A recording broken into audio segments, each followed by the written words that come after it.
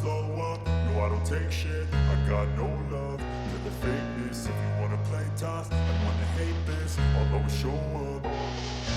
I don't ever slow. Mimi ni Dr. Chris Mauki na hii ni channel ambayo inakupa shule, madini, uelewa mkubwa katika mambo mbalimbali ya maisha ikiwemo ndoa, mahusiano, malezi pamoja na maendeleo binafsi au personal development. Naomba nikukaribishe kusubscribe katika kitufe kilicho na rangi nyekundu kilichoandikwa subscribe, ili uweze kuwa mmoja wapo wanafunzi wa kudumu katika darasa hili na uweze kupata video zetu kila wakati ambapo tunazi upload, kwa sababu na uhakika zote zitakusaidia katika maisha yako. Leo natamani nikupe topic au nikufundishe kitu ambacho kitakusaidia katika maendeleo yako binafsi. Si mahusiano na wala si malezi, lakini inaweza kusaidia katika maeneo yote yanayohusu wewe kupiga hatua kwenye maisha yako. Nini kinatokea pale ambapo unamezwa na mitandao na teknolojia? Nini kinatokea? Nini ambacho huwa kinatokea pale ambapo unashindwa kucontrol uwezo wako wa matumizi ya social media na mitandao pamoja na teknolojia? Najua unafahamu kuna madhara na unafahamu machache, na uhakika ufahamu yote. Najua wengine mmeshakuwa addicted na mnashindwa nini cha kufanya, na nitakusaidia kwenye somo hili. Baadhi ya maeneo ambayo au baadhi ya vitu ambavyo tunaweza kuvisema vinadumuishwa katika kutusaidia au kumfanya mtu kumezwa katika mtandao au kwenye teknolojia ni vitu kama simu, vitu kama laptop, vitu kama iPad, vitu kama tablet, televisheni, iPod, vitu vyovyote vya kielektroniki ambavyo kwetu vimekuja kama kurahisisha maisha, lakini mwisho wa siku hivi vitu vinaweza vikafanya mtu akazama zaidi, na kinachoongoza yamkini ikawa simu, kwa sababu ni kitu ambacho wakati wote mtu unaweza ukawa nacho. Okay. Lakini pia ni vitu gani au ni kazi zipi ambazo mara nyingi hutufanya tukawepo huko katika hivyo vifaa vya kielektroniki au hizo teknolojia kwa muda mrefu? Inawezekana ikawa kazi yako ya kawaida. Inaweza ikawa wewe ni mtu wa tafiti, unatumia muda mrefu kwenye laptop.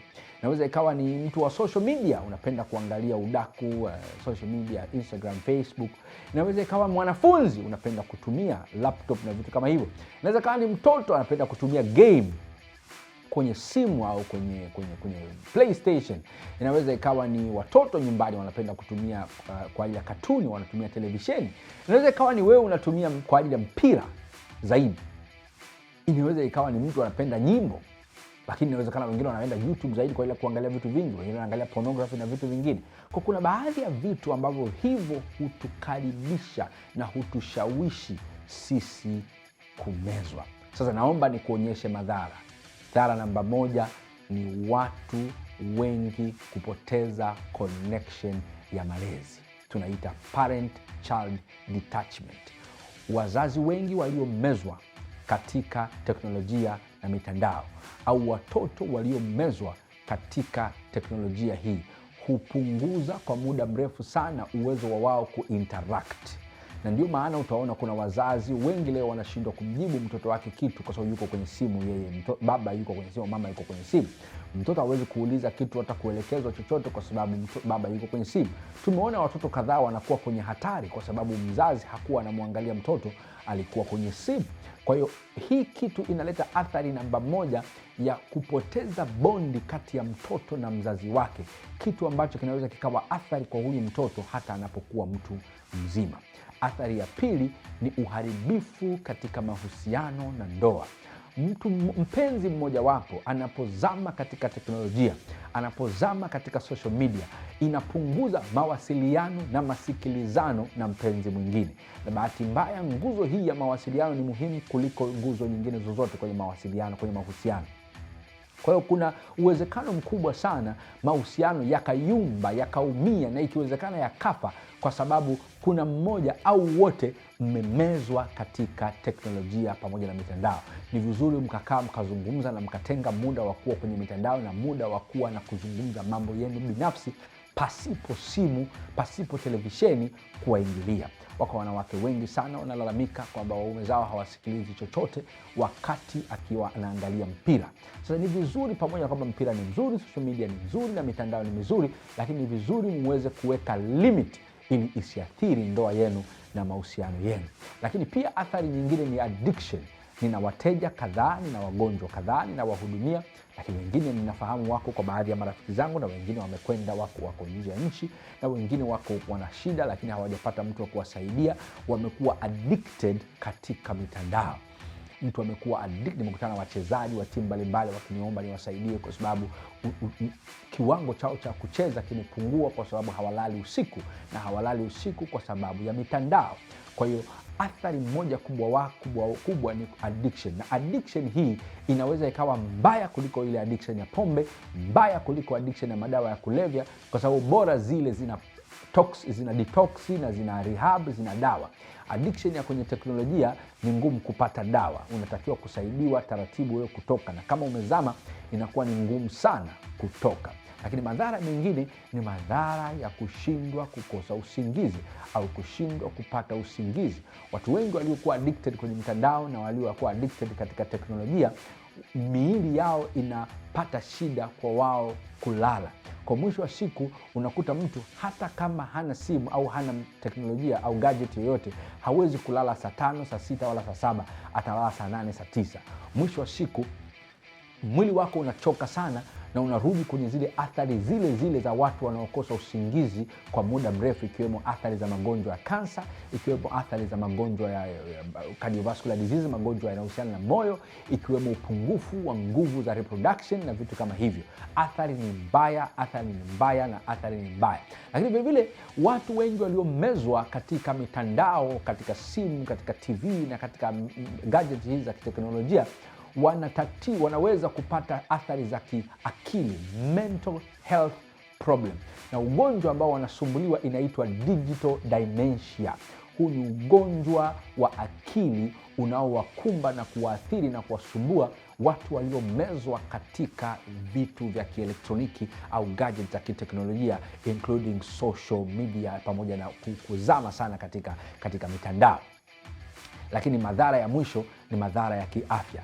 Tafiti za kiafya, tafiti za kimedikali zimeprove kabisa kwamba kuzama muda mrefu katika simu, televisheni, katika games, katika playstations, katika hivi vyombo vyenye vioo pia, ikiwemo televisheni na vitu kama hivyo, kuna uwezo wa kumfanya mtu akaongeza aging, yani ukaonekana mzee kiumri hata kama umri wako ni mdogo. Yani ile aging yako inakwenda kasi zaidi, uwezo wa kuonekana mzee, unaonekana kama babu au bibi wakati bado umri wako ni mdogo.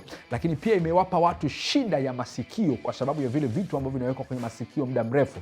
Imewapa watu shida ya macho kwa sababu ya kutazama zile screen kwa muda mrefu. Lakini vile vile imesababisha matatizo ya mgongo, back pain kwa watu wengi sana, spine problem, ule uti wa mgongo kupata shida kwa watu wengi sana. Umesikia kwenye tafiti kwamba kuna possibility vizazi vinavyokuja vikawa vimepinda, spine yao ikapinda kwa sababu ya kichwa kupinda kwenye simu muda mrefu. Haya ni madhara, lakini mwisho kabisa ni kusaidie. Ukijikuta uko katika haya ufanyaje? Lakini pia si tu ukijikuta, kabla hujakwenda kwenye madhara haya, ni vizuri ujichunguze na uweze kufata haya nitakayokwambia, ili uweze kujiepusha na kwenda katika madhara ya kumezwa na mtandao au teknolojia. Jambo la kwanza la kufanya, switch off simu yako, switch off televisheni yako, switch off data au internet pale ambapo unataka kufanya kazi ifanikiwe, especially kazi ambayo haitumii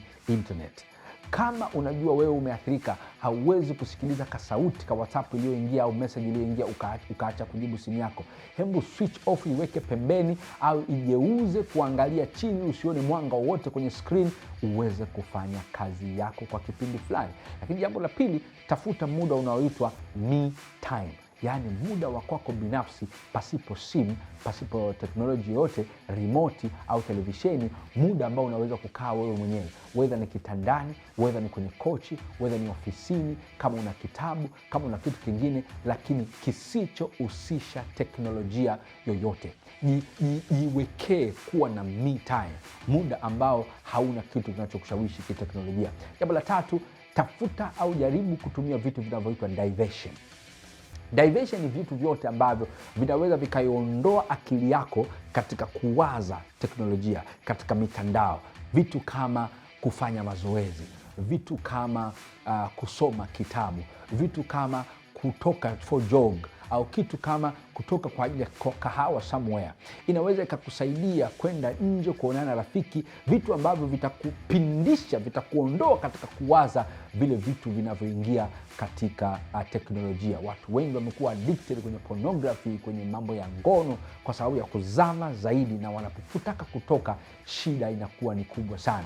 Jambo la 4, jitahidi mambo ya ofisini yabaki kuwa ofisini. Kuna watu wanashindwa, anatoka ofisini na laptop, anafika nyumbani anafungua, anatoka ofisini na mashine yake internet, anafika ofisini anawasha internet, nyumbani anawasha internet, anaendelea na kazi. Kwa hiyo kinachotofautiana ofisini na nyumbani ni geographical position peke yake na jengo, lakini kazi ni zile zile, kila kitu ni kile kile, ubize ni ule ule, concentration ni ile ile. Mwisho wa siku huna muda na watoto, huna muda na mume, huna muda na mke, huna muda na familia. Inafanya una uwezo mkubwa wa kwenda kumezwa na teknolojia hizi. Jitahidi kuacha mambo ya ofisini yabaki ofisini na ya nyumbani yawe ya nyumbani. Na mwisho kabisa, jitahidi sana kulimit matumizi ya teknolojia unapokuwa kitandani. Wataalamu wanasema watu wanaoangalia kwa muda mrefu screen, ile screen ambayo inawaka, wana uwezo wa kuinterfere hormone inayosaidia mtu kuweza kucontrol kulala na kuamka. Uwezo wa kulala na kuamka, ile hormone inakuwa interfered na wewe kuangalia ile screen kwa muda mrefu, ule mwanga katika wakati wa kulala. Kwa hiyo mwisho wa siku unajikuta una destabilize uwezo wa mwili wa kiasili kuweza kucontrol muda wa kulala na kuamka. Mwisho wa siku unaanza kupata matatizo ya kuto kulala muda mrefu, kushindwa kulala muda mrefu. Jitahidi sana kulimit kupeleka simu katika kitanda, laptop ya katika kitanda, iPad yako, tablet ya katika kitanda, au wakati unalala unaangalia televisheni. Jitahidi kulimit hivyo vitu, kwa sababu madhara nimeshakwambia, na namna ya kujikinga na hivyo vitu ili usiwe addicted nimekwisha kwambia. Fata hivi vitu, vitakusaidia. Wakati wote usisahau, happiness is a choice. Mimi naitwa Dr. Chris Mauki.